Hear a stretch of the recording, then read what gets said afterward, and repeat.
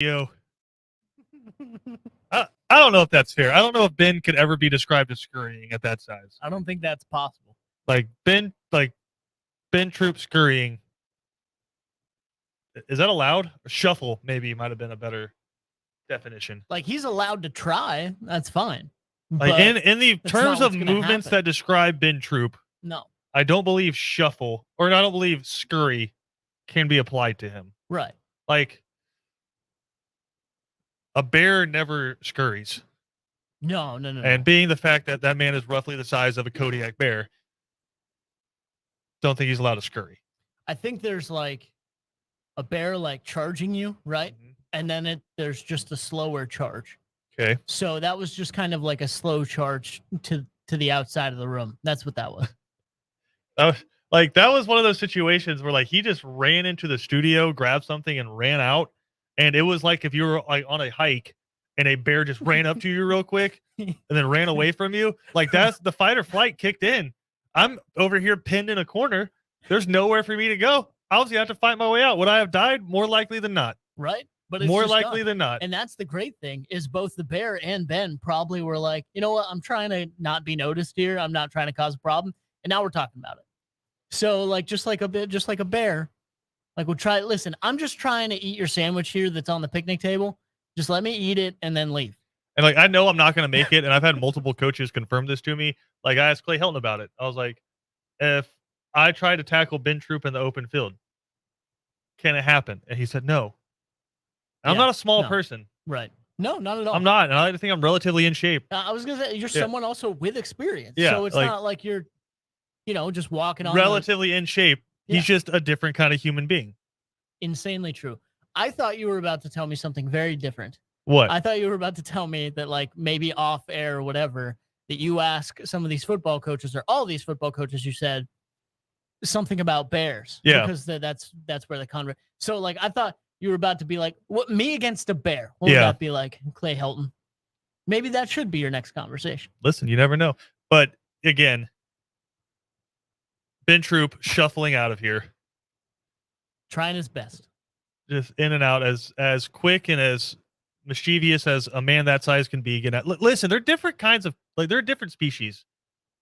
I've told people many times, you can't appreciate how fast and how big these human beings are unless you go watch them in person. And I'm not talking about in the stadium, because that's also like you're sitting up above them. And speaking of stadiums, we're going to talk about something from Shane Beamer here in a little bit. But sitting up in a stadium, you can't appreciate how big and fast these dudes are. Right. I encourage anyone who has the opportunity just to go down and stand on the sideline during your high school varsity football game. Like, go watch a 6A or a 7A game and listen to those collisions. Yeah. Yep. And think about how bad that would hurt. Like, people were paid money to tackle the man that just ran out of the studio. Yeah. There's a reason they get paid a lot, because that bleep looks like it hurts. Right.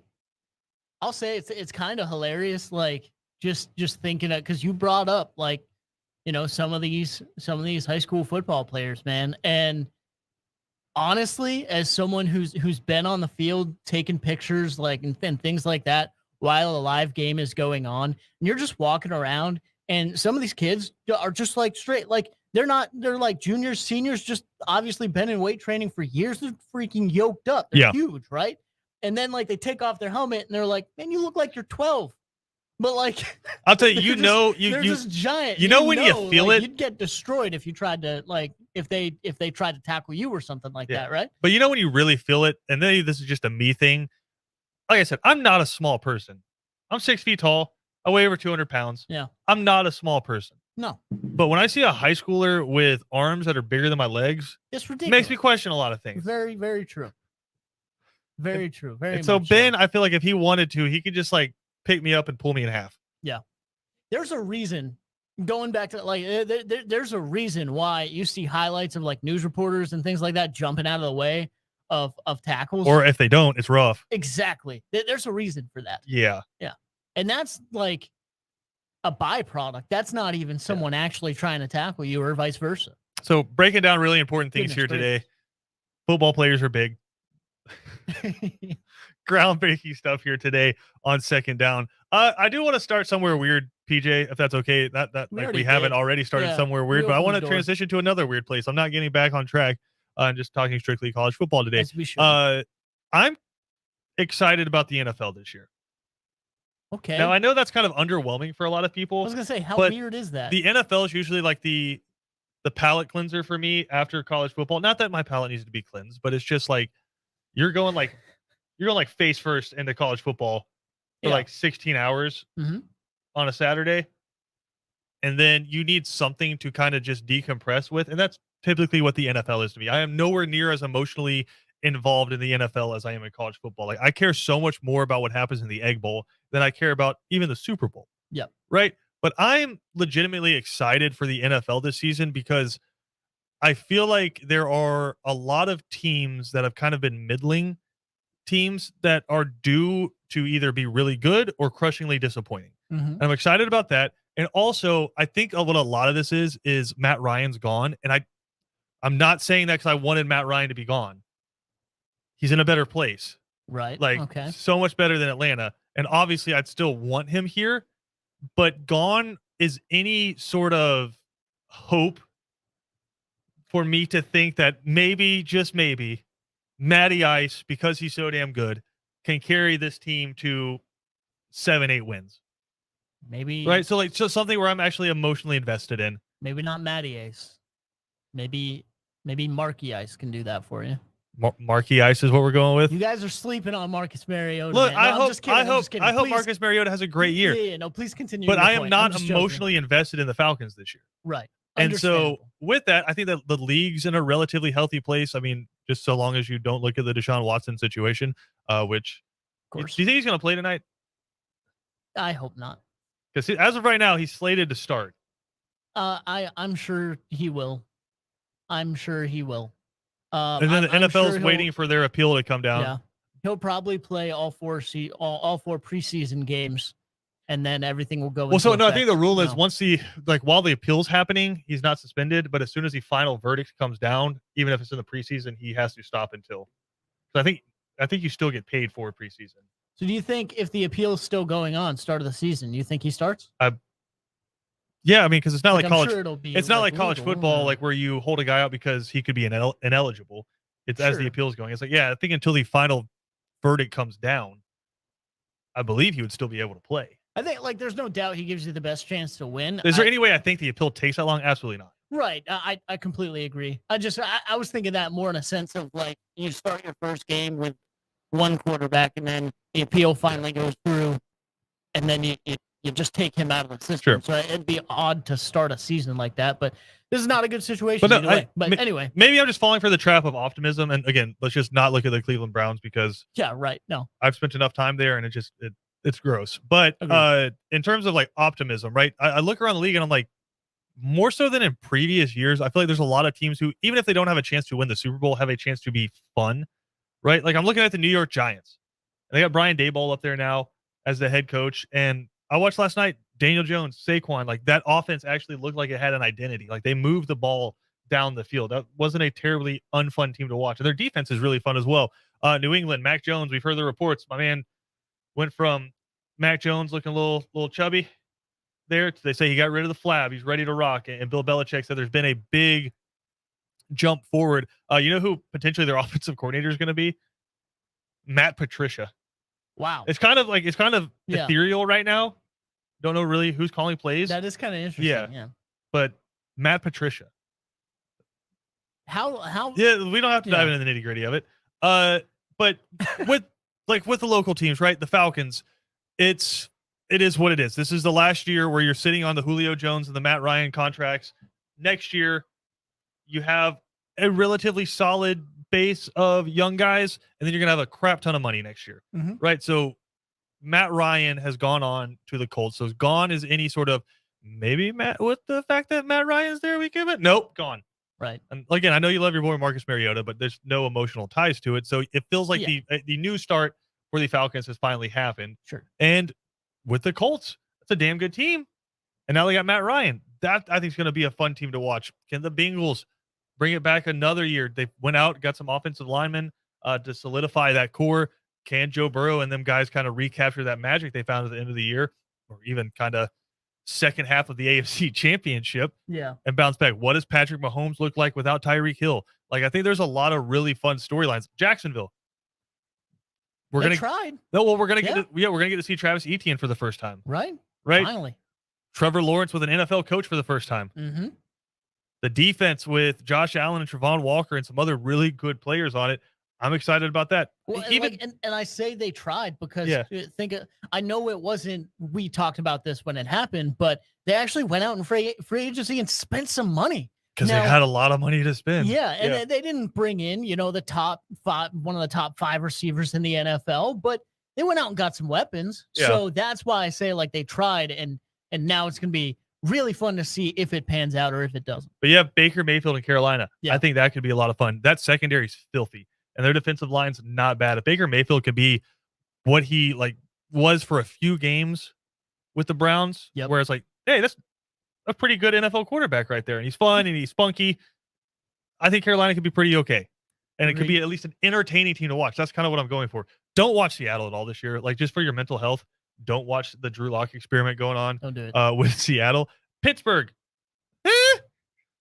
Who knows, man? Maybe, but if anything, the George Pickens highlights have been fun as hell coming out True. of Steelers camp.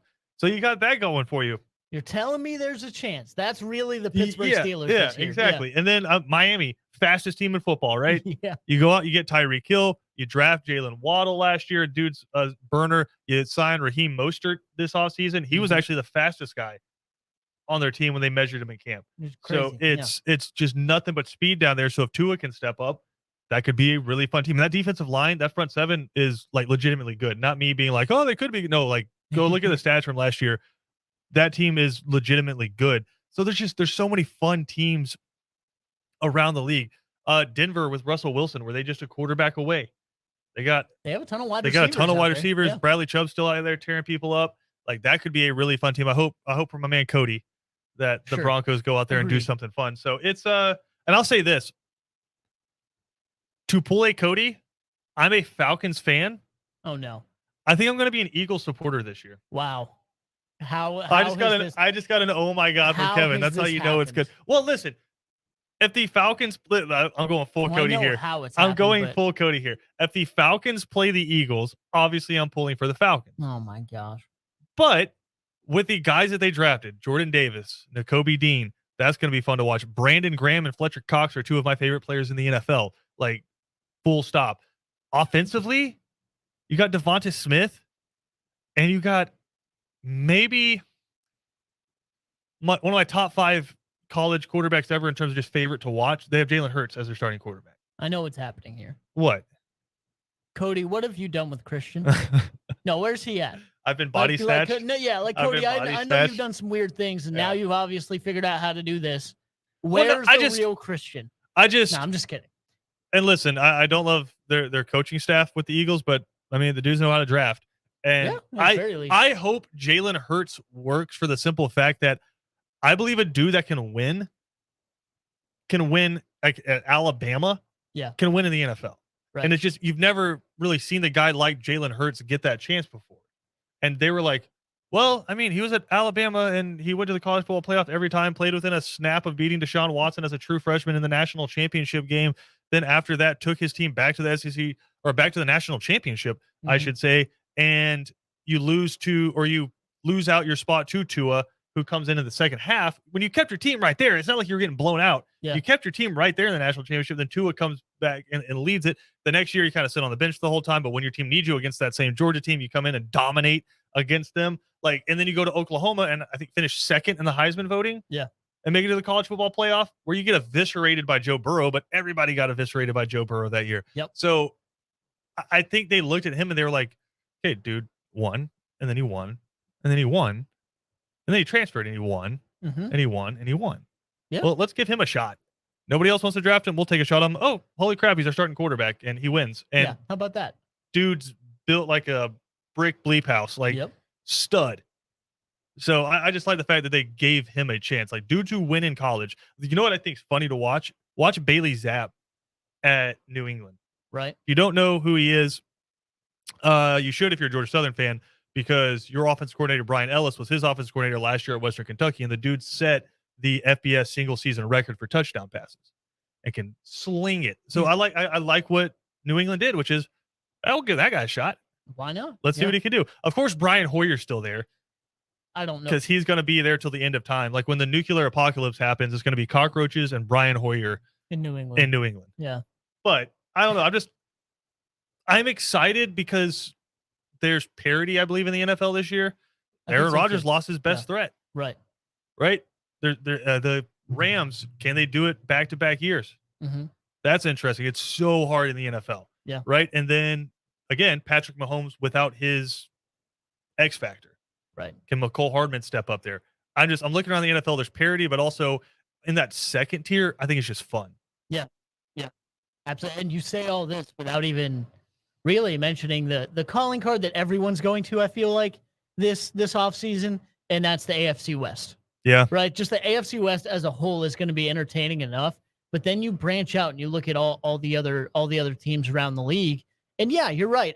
I can't think, other than, of course, the whole Cleveland thing, like this was also one of the rare seasons that I look back and I can't really pinpoint any insanely just really bad moves this off seasons that teams have made. It seems like so many teams have made their team better and more competitive. And of course it's got to work out on the field, but it's going to be great to see. And it's like you said, it brings the excitement back to the NFL.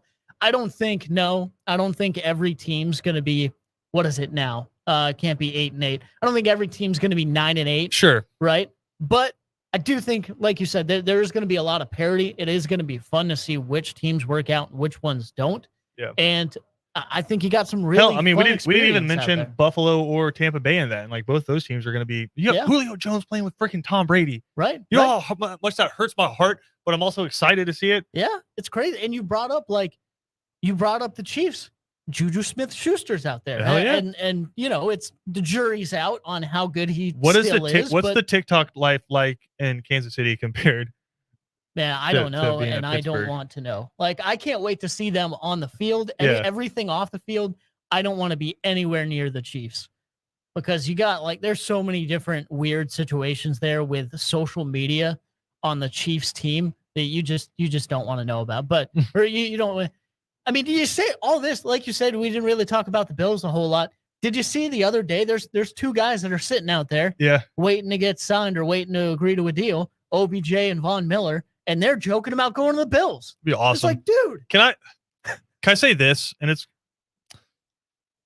I had given up on Hard Knocks for the past 5 seasons. Right. Dan Campbell, I'm back. Yeah. Yeah. I would go play for that dude right now. Obviously because of the money, but of course, I'd play for him for free. No, if he needed a blocking pad at practice, okay, all right. If he's like Penei Sewell needs something to hit, and Dan Campbell asked me to do it, I'm there. I thought he was cheesy as hell during his opening press conference. That's the first thing I was going to say. It was a little over the top, but watching him actually go through it, and listen, do I understand what he meant when he said we'll kick your butt even if you only have 3 fingers and 1 butt cheek? No. But it got me fired up. Right. Just watching him at heart, you could see an emotional connection to his team and to winning to getting better. Yeah. Honest to God, and I say this in the most loving way possible, it feels like a high school coach talking to his team. Right. Whereas you get a lot of NFL coaches now, and there's this rash of, I won't say it's a bad thing, but it's the buddy coaches like Sean McVay dapping people up and hey, we're getting fired up. That's my G right there. Hey, that's my guy. You're older than me. This is kind of weird. I'm your head coach. Dapping people up. And then you have the pros who are out there hey, I'm an executive. I'm here to cut you or to sign you, and I am here to win football games. Dan Campbell feels like a damn high school coach. Yeah. And it's really cool to see. Dude's doing up downs with his team. 35 of them. Yeah. Yeah. And like you said, I do like that analysis though too, is there's so many different, not really, there's 2 or 3 different styles of head coach in the NFL. And it seems like they're kind of worn down, and Dan Campbell seems like a coach. He seems like a one that wants to build that passion and that kind of a camaraderie with his players. And think about it too, kind of like you said, the initial press conference I thought was cheesy. I was like, all right, let's see if he backs it up. And he did. He has backed it up. through thick and thin, Yeah. like through good things and terrible things in that Detroit area. Like you got to remember terrible things in that Detroit area in the past year and a half, which also, by the way, he handled with, I feel like, the utmost respect and heart as well, as much as the NFL coach can. So no, I'm right there with you. I appreciate his coaching up. He got me to buy back in on Hard Knocks, and that sure, I didn't think that was going to happen. I thought that thing was slowly dying, but he's got me fired up. I guess the best way I could put it is he seems like he'd be the same guy whether or not he was coaching Pee Wee to middle school to high school to college to NFL. He seemed like he would be the same level of energy, same guy every single time. So Hard Knocks had me back in, and again, like I said, I'm excited to watch the Detroit Lions.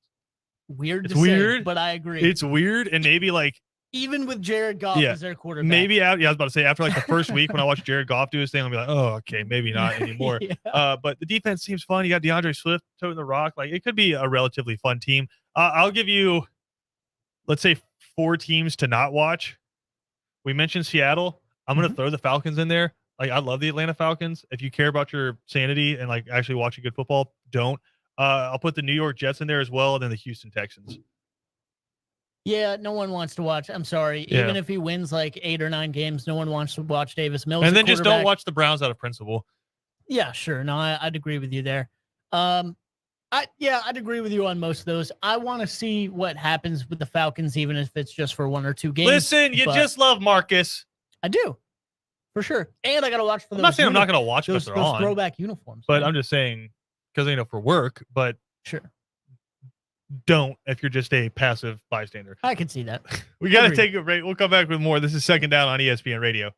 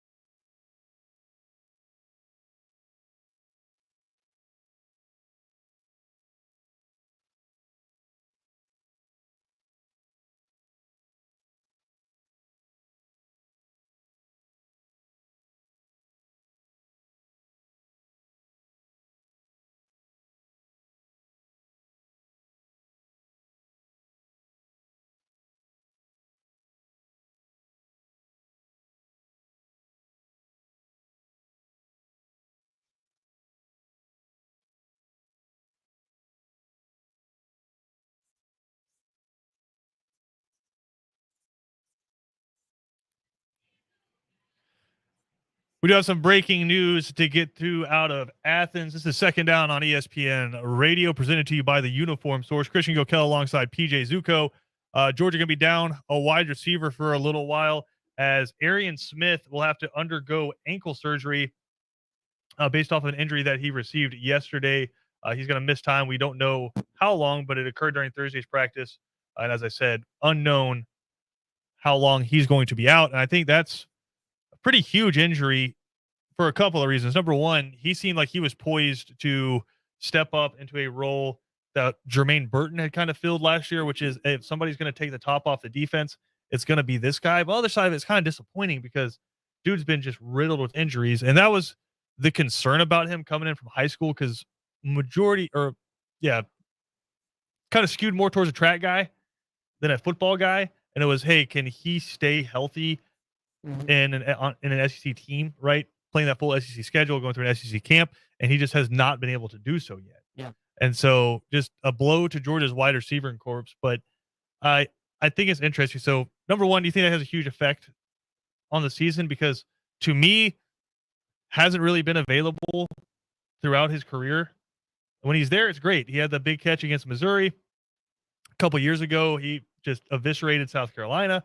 But outside of that, just pretty inconsistent with his availability. So I don't feel like it's a huge blow, more disappointing. Yeah. Yeah. And I'd agree with you there. I feel like if you're the coaching staff, and this is a bummer that you kind of have to say this about a guy, especially when it's not really his control. But I feel like that's a guy that you look at and you say, man, it'd be incredible if we had him. We can use him in so many different ways if we can get him on the field.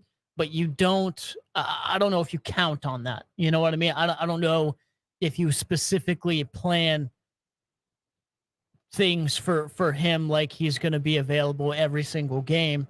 And that's just because of the history. And like I said, is that what you want to say about a guy? Of course not. But because you want to be able to count on, whoever you can, especially, between the lines. But like, man, sadly, you just, when you have recurring injuries and things like this and themes that keep popping up, you just can't. Yeah. You just can't plan on it. So, at the end of the day, probably not the biggest blow in the world. I feel like for a lot of fans, I remember having comments and a caller saying earlier this offseason, Arian Smith, it's a guy that's going to, take up that mantle as Georgia's next big wide receiver. And you hope that he'd be available to do so. But hopefully this isn't too long. But I mean, surgery. I think you were kind right? of touching around it, which is coaches eventually get a mindset about you. And if you're not available, they don't start planning based on you. Right. It'd be great if we have you, but based off the 2 prior years. So I think I just want to get this right. Connor Riley kind of updated it on Dog Nation. So as a freshman, knee surgery limited him to just 4 games. And then and that was the COVID year. Right. And then last year played up until the Missouri game where he got hurt. And so he missed the rest of it. So all told, he's played a total of 8 games in 2 years. Yeah. So you just don't know how much you can factor that person in. So I think, again, I don't want to speak for Todd Monken here, but you're not building the same kind of packages around him as you would for a Brock Bowers, right? It's like, I know this guy's going to be available, and I do have depth in the tight end room, but so far I've been able to count on this guy for as many snaps as I need him. I'm going to rely on this guy. Yeah. Guy like Arian Smith, again, it's not his fault, but you just haven't been available. I know it's Cody's favorite saying. The best ability is availability, and he has not been available. But I do think it brings us to an interesting point, because Todd Monken spoke to the media, and a ton of stories have been coming out of it because he had a good long conversation and touched on a lot of things. The biggest proponent was, he's like, I'm not here to protect the defense. I'm here to score points, because that's been the narrative coming out about this offense is, it's a young defense. That offense is going to have to put them in good positions and eat up some clock and let them rest. He's like, that's not what I'm here for. He's like, when Kirby and I meet, it's about how can we put up as many points as possible and play quality football. So there is a caveat to it, right? It's not just like pedal to the metal. We're throwing 80 times a game trying to put up a bunch of points. They want to play good fundamental football, but in the back of Todd Monken's mind is not, oh, wow, well, the defense, they're just out there for 7 plays, so we really got to keep them on the sideline here for a little bit. Can't go 3 and out. Like, no, he's going to call the plays that he feels like has the best chance to get his offensive rhythm and put up points. So I thought that was interesting. But we kind of talked about this last week. Going back and watching the Clemson game from the beginning of last year, 3 wideouts, 1 tight end, 4 wideouts, JT Daniels, quick outs, just a lot of 2 wide deuces, whatever you want to call it, right? Where you spread the field out and then it was quick, kind of West Coast style passing. Whereas go watch the national championship and go watch the game against Oregon. Yeah. 3 tights, right? 1 wide receiver on the field with a running back. And they blasted Alabama in the fourth quarter. They always talk about how Georgia, Nick Saban said it to Kirby Smart, like, you guys kicked our ass in the fourth quarter. Mhm. But what they did is they went 3 tight and started running counters Yeah. against them, and Alabama had nothing for it. Right. And they were able to move down the field and set up that Brock Bowers touchdown. So going into this year with a tight end room as deep as it is, you lose Fitzpatrick, who was kind of your big time blocking tight end last year, but you still have Darnell Washington, Eric Gilbert, and Brock Bowers. I'm not overly concerned about the wide receiver room. I think A.D. Mitchell's a stud. Yeah. But you have Dominic Laylock back. If Ladd McConkey can continue his upward trajectory, he's going to be a threat, right? And for as small as that dude is, he is fast as hell, but he's been able to break some tackles too. Think back to the SEC championship where he scored that touchdown. So yeah, I'm not overly concerned about the depth of this team at that wide receiver group.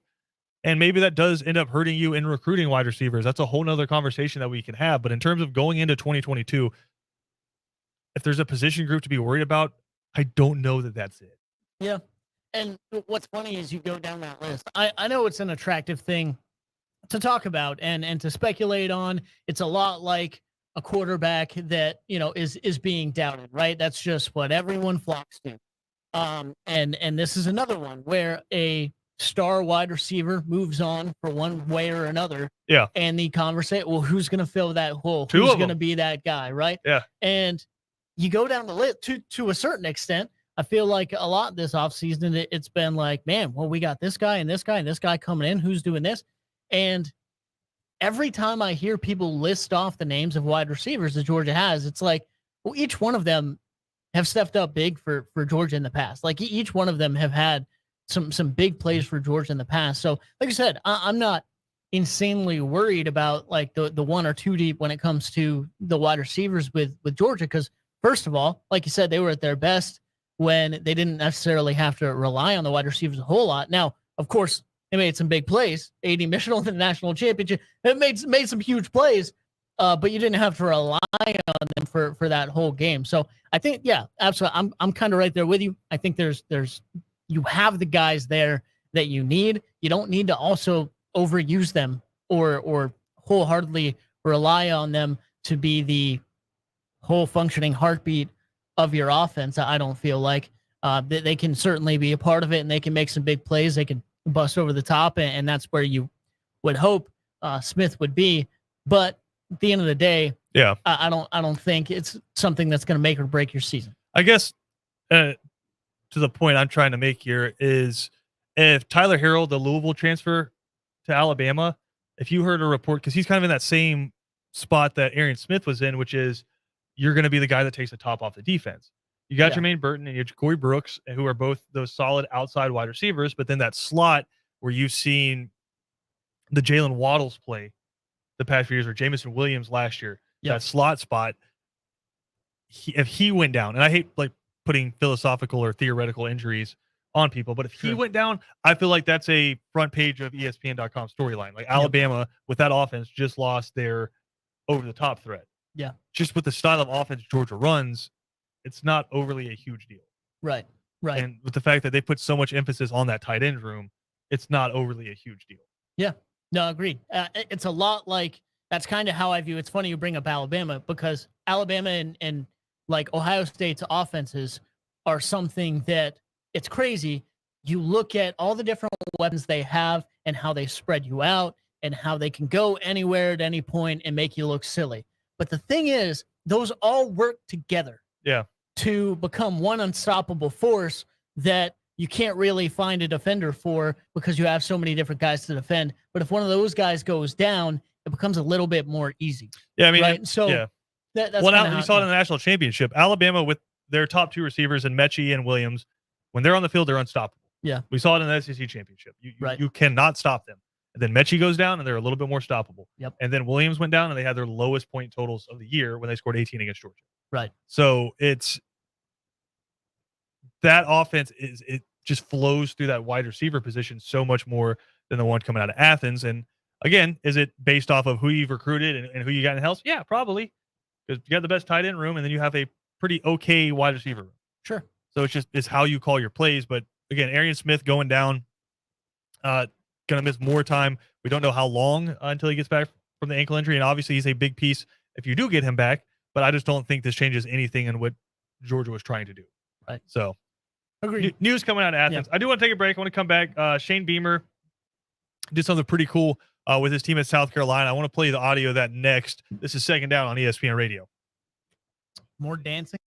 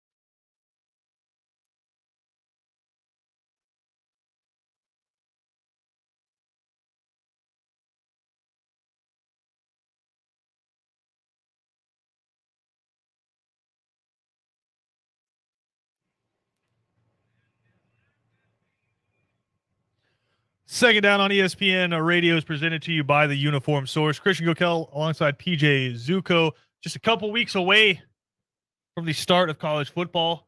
We get that big week 0, Vandy at Hawaii. Woo. Clark Lee told us during SEC Media Days that he's taking the boys out there a full week ahead of time. Listen, you got to get acclimated, right? It's like going to Denver. You got to go there, get acclimated, right? that's very true. Like, yeah.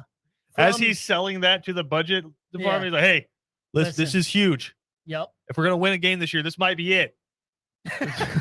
So I need to get the boys acclimated. But we're also in the middle of fall camp here, and a bunch of second-year coaches coming in, looking to elevate their program from years prior. Shane Beamer, one of those here, and a guy that I really like. PJ kind of thinks he's a little bit gimmicky with some of the stuff he does on social, but I'm going to try to change PJ's mind. It's one thing, man. I'm going to try to change PJ's mind here because I thought they did something cool with a video they posted today. I'm going to play some of the audio from it. It's a 3-minute video, but we're going to fast forward a little bit into it. But just to catch you up on where you're at in the video, Shane Beamer and them boys are walking up to the top, the nosebleeds of Williams-Brice, and he's talking to his team. So I'll play the audio from this.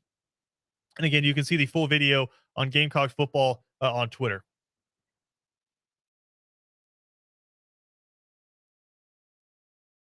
I want you to understand what we do and then also who we do it for.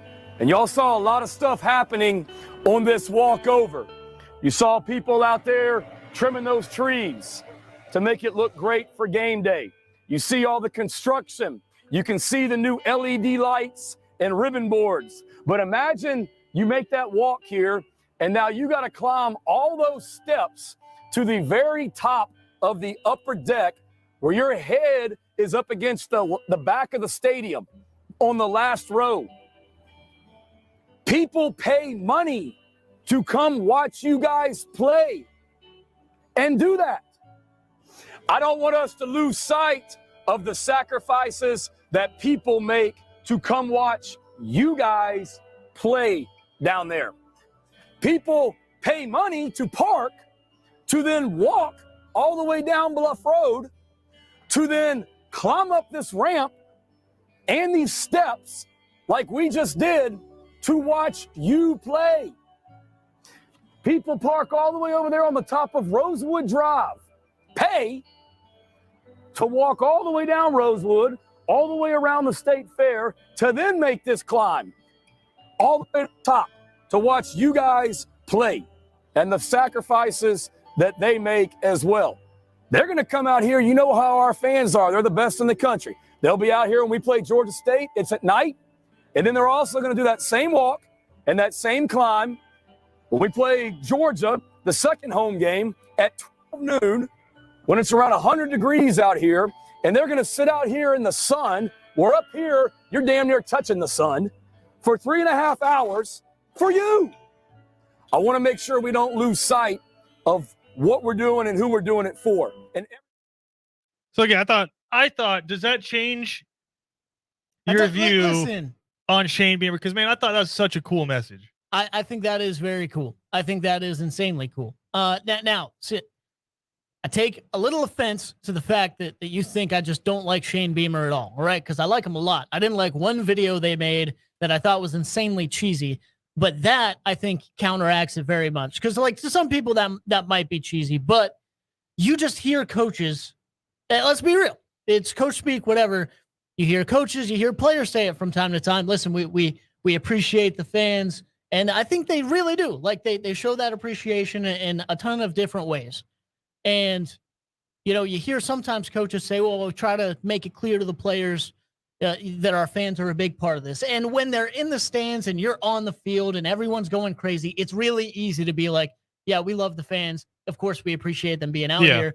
But to have him take time out of whatever they were doing that day to actually physically make that walk and like you saw in the video, take pictures of it, whatnot, take videos, and go up to the upper deck of the stadium, that was really cool. Like, I think that brings it to a whole new level. Because when you just tell someone something, that's one thing. But when you're physically doing something to maybe bring an example or something like that, Yeah. and really make it mean something. I think that's very cool, without a doubt. So Also, I think it kind of counteracts the other video that I don't like so all much. right, perfect. So he's back to neutral for PJ. I sure. think one of my favorite parts, though, from the production standpoint, was it's not the exact song, but it's pretty damn similar. They grab like the TikTok/Instagram reel music that you put under movie scenes to make them feel even more dramatic. Yeah. It's the same generic damn song that's always turned up way too loud. Yeah. And like as they're clipping through the movie scene, they just put that in there. Like, okay, in case this isn't emotional enough, Heartfelt enough. we got to put like the Friday Night Lights, like. Yep.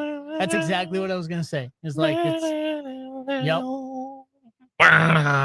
Like you got to get the feels to it. It's not So- the same instrumental, but they Yeah. tried their best. I respected the production quality there. Let's take a break. We'll come back, get you ready for 3 and Out next, right here on ESPN Radio.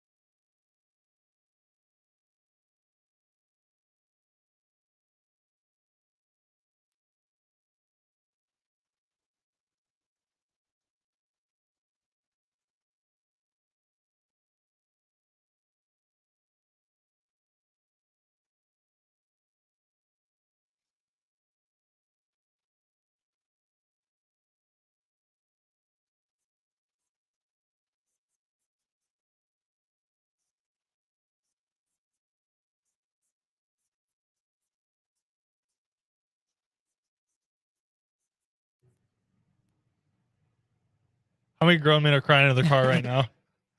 This segment means that much more now. Like, we could talk about anything, and it could be just like a straight from the heart. Just, man, just the most meaningful thing you've heard all day. You got to find each other You just gotta get out there. because you need each other. Listen now, we know you're riding back to work from your late lunch break. Just know that the rest of the day till 5 o'clock when you punch out, maybe you're working late. Maybe you got to work till 5:30. Just rally around each other, you know? It's Friday. We're going on the weekend. I want you to look the guy in the red light next to you in the eyes. Just know you need each other. You got each other for the next 2, maybe 2.5 hours. 2.5 hours And then you'll see each other out on Monday. and about, maybe later tonight, having a good time. And you'll know you got there only because you stuck it out. And you never know when next 2 hours. you never know when Tim McGraw is going to come up and put a ring on your finger. It's so true. You just never know. That All right, has such a weird meaning can we say, when it's not on a football field. we have 15 seconds left here. I'm just going to put it out there. Mike Winch will put it all on the line for us. And I appreciate him forever. Sure. Yeah. 3 and Outs coming up next. We'll be back on Monday. We hope you enjoy your weekend. Sorry it ended on this solemn note, but find each other That's it. because you need each other. Get out there.